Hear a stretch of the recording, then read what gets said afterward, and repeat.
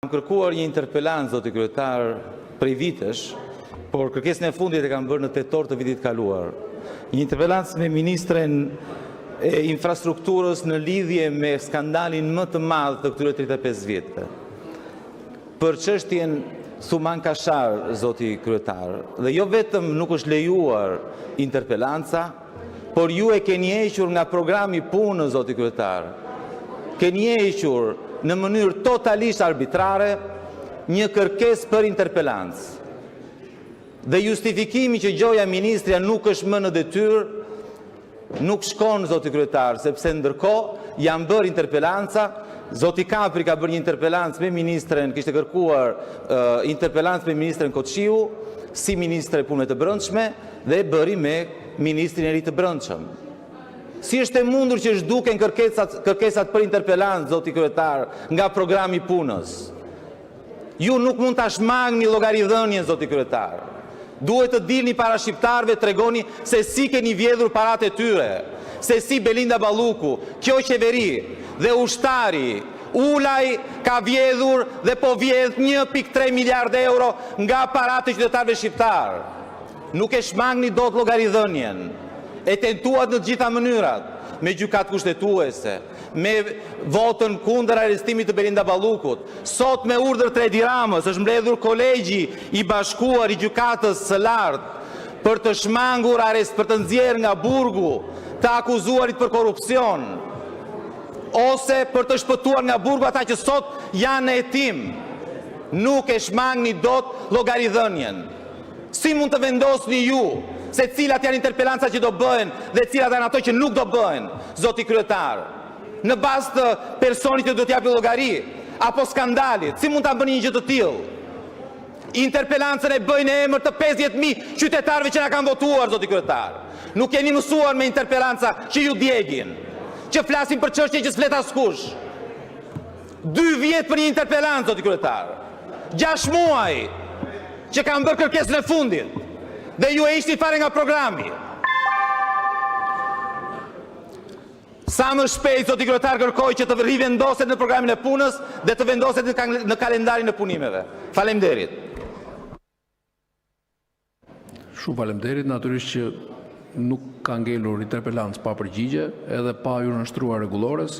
Në rastin konkret ka qenë periudha e pezullimit të zëvendës kryeministrit, gjithsesi nëse dëshironi që interpelanca të zhvillohet me zëvendës kryeministren në detyrë apo me ministrin e infrastrukturës, këtë e përcaktoni ju, ne do ta përfshim sipas rregullores në diskutim. Zoti Kapri. Zoti kryetar, sot në rendin e ditës ne kemi një projekt ligj i cili hedh poshtë gjithçka çfarë u tha këtu. Sepse u tha që kemi sjell 23 projekt ligje për Bashkimin Evropian etj. Sot vjen një projekt ligj me një nen i cili thotë që vetëm kryeministri ka të drejtën t'i japi porte turistike. Unë nuk e di ku e kanë gjetur këtë në një vend të Bashkimit Evropian. Dhe këto ligje me porosi, me firma deputetësh që nuk i nështrohen asnjë lloj konsultimi, e tejkalojnë numrin e ligjeve që quhen ligje që duhet na parafrojnë me Bashkimin Evropian. Pra nuk e di çka ka mbetur më këtu pa i dhënë kryeministri, zoti kryetar. Madje ironikisht, tani në momentin e fundit u tërhoq edhe projekt ligji për Gardën e Republikës, ku saksonte që kreu i Gardës zgjidhet me konkurs dhe projekt ligji i ri kërkon që edhe kreun e Gardës ta vendosi kryeministri. Pra kryeministri këtu vendos se kush merr koncesion, kryeministri këtu vendos se kush do bëhet kryetar bashkie, kryeministri vendos se çfarë do vendosi gjykata kushtetuese, madje kryeministri sot ka kërkuar nga gjykata e lartë që të akuzuarit për korrupsion që janë në paraburgim të dalin nga korrupsioni. Ashtu dhe siç kryeministri vendosi që Belinda Balluku të ketë imunitet. Dhe na thuhet pasaj që opozita është kundër integrimit. Ku jemi ne kundër integrimit? Çfarë transparence bëni ju për integrimin? Vendosni të pengoni luftën ndaj korrupsionit dhe thoni do integrohemi, po kush i ha këto? Ku ka transparencë për planin e rritjes së Bashkimit Evropian? Ne nuk e dim çfarë po negociohet. Nuk e dim çfarë po bëhet për pronën një të drejtë themelore në këtë vend. Kemi detyrime, nuk na e thot kush. Me që është dhe ministri i jashtëm këtu. Nuk e dim ne a kemi realizuar planin e rritjes, nuk kemi asnjë lloj transparence për këtë gjë. Po përmi të gjitha, ne nuk e dim se si ka mundësi që kryeministri i Shqipërisë mendon se integrimi i Shqipërisë kalon nga Beogradi. Ç'ishte kjo kërkesë që Shqipëria bashkohet me Beogradin për të hyrë në Bashkimin Evropian. Ne, vendi më perëndimor i gjithë lindjes, bashkohemi me një aleat të Rusisë që s'ka kërkuar ende falje për krimet. Pra, ju po e minoni procesin e integrimit, i keni të gjitha votat në këtë parlament, shumicë të cilësuar, dhe përgjegjësia do jetë vetëm e juaja, e kësaj majorancë. Faleminderit. Faleminderit. Zoti Kliti Hoti për procedurë.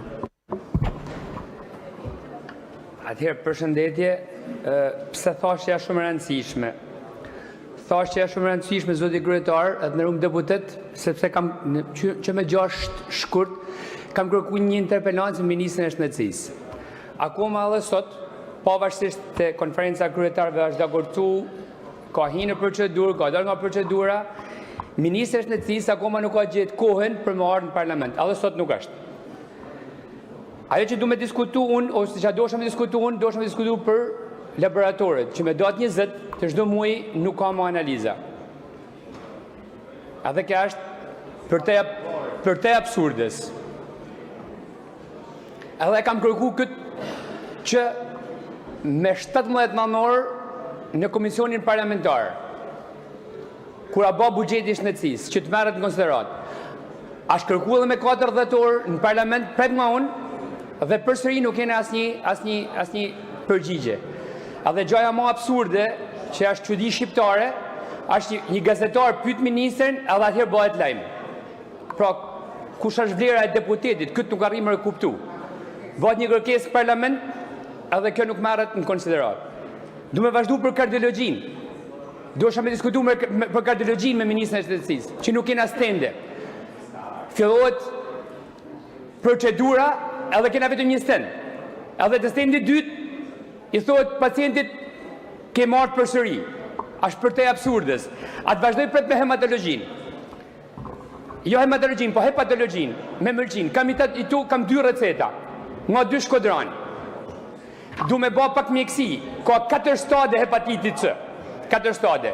Stadi parë dhe i 2 janë të rikëthyshëm. Stadi 3 dhe i 4 janë parë rikëthyshëm. Stadi 3 dhe i 4 po nuk këtë trajtun pacienti i vdes. Stadi parë dhe i 2 po nuk këtë trajtun kalon në stad 34. A dini sa lista? Janë 200 pacienta. Janë 200 pacienta kërkush nuk e din. Mu më kërkojnë, i tash sa po më qunë mesazh, edhe mundë me adhanë se cilit. Qa u ba doktor Kliti me ilaqin tem? Qa u ba me produktin tem? Qa kam i thonë? Që ministra ka tash 2 muaj që e kërkoj e nuk më vjen. Për onkologji nuk du me full, sepse e din aton që çfarë katastrofit është. Qa do në me ba? Shqiptarët me tamam kanë me e kuptu, edhe kanë me e dit se kush po interesohet për to. Ose ma sa kush nuk po interesohet. E kena thonë që buqeti shëndetësisë është katastrofë.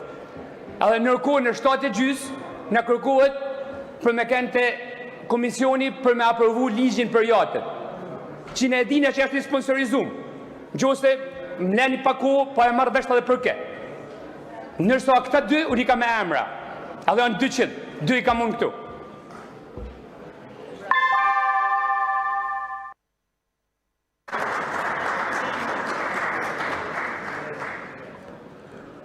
Zoti Hoti, keni drejt për afatin, interpelanca juaj edhe 2 ose 3 interpelanca tjera me Ministrën e Shëndetësisë janë konform rregullores edhe kërkesave të rregullores, kështu që do të zhvillohen.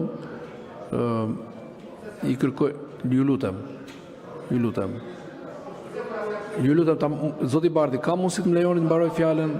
Ka mundësi, po pra, e thash para jush, keni drejt për afatin dhe në kuvend ne planifikojmë në seancë interpelancat duke patur parasysh edhe gatishmërinë, por atë disponibilitetin e ministrave, por i kërkoj edhe antarëve të kabinetit në vazhdim ne do të caktojmë datat patjetër dhe më pas nëse ministria nuk merr dot pjesë që është detyrim, është në ngarkesë të tij apo të saj. Kështu që në seancat në vazhdim do të planifikohen interpelancat përkatëse.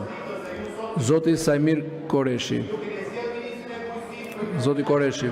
Po. Është kthyer përgjigjja, ju lutem. Zoti Koreshi. Po, janë. S'është e vërtetë.